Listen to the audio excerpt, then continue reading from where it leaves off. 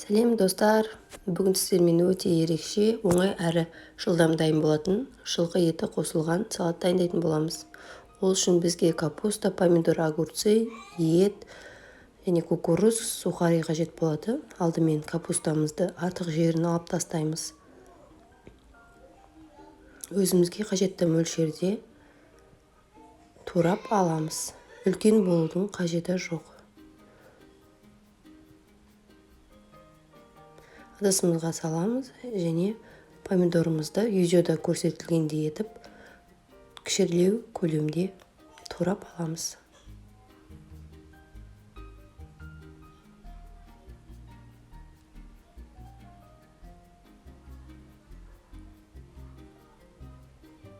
Огурцымызды жегенге ыңғайлы етіп кішілеу көлемде видеода көрсетілгендей тураған дұрыс.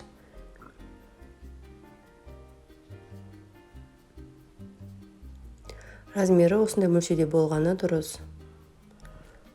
Огурцыды ортасынан бөліп турайсасаңыздар, өте үлкен размерде болып кетеді.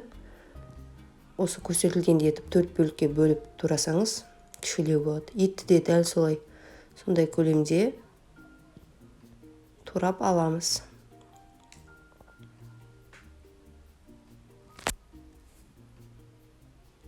Және каналға тіркеліп, лайк басып, қоңыраушаны басуды ұмытпаңыз.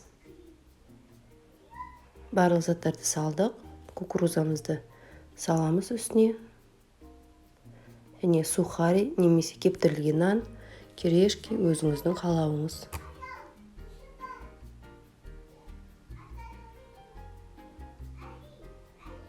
Бізге цезарь соусынан және майонезді екеуін араластырып қойсаңыз болады. Дәмі өте ерекше болып шығады.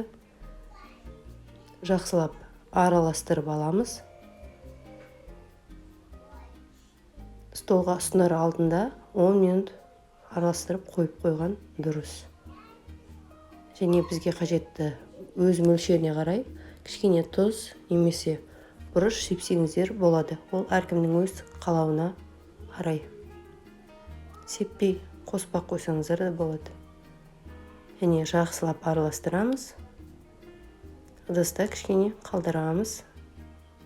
Әсемдеп өз қалауыңыз бойынша ұсынсаңыздар болады. Және лайк басып, каналға тіркеліп, қоңыраушаны басуды ұмытпаңыздар.